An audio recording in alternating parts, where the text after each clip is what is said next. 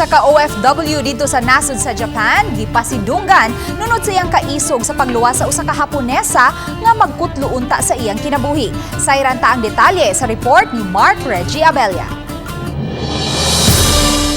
#RealLifeHero. Kini ang paghulagway sa mga netizen sa usa ka OFW didto sa nasod sa Japan nunod sa iyang gipakita nga kaisog sa pagsalbar sa kinabuhi sa usa ka Haponesa. Siya si Emil Rebojo Vega, lumad nga taga Alvera, Leyte, nga nanrabaho isip usa ka plumber sud na sa napo ka tuig. Giila ang Pinoy hero human niya mapugnan ang Haponesa nga moambak na unta sa tulay didto sa Saitama, Japan. Asoy niya nga nagsagol ang kakulba og iyang kagustuhan nga mutabang ni adtong higayuna. Sa sugod di musulti nga nung naghinilak nga ako sige pugan nantod nga kita kog nay kaug nangita kog nay mulabay nga mutabang nako nga mutawag og pulis motong nakatawag og pulis nya gitabangan ni pulis nga manaog namo nya na tudto siya naluwas giuban siya sa pulis tunoki na siya karon.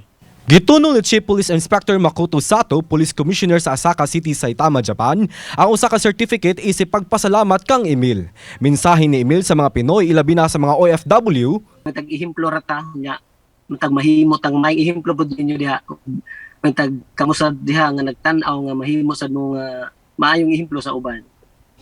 Kauban si Clans Gabutin, ako si Marco Jabella. Balitang Bisdak.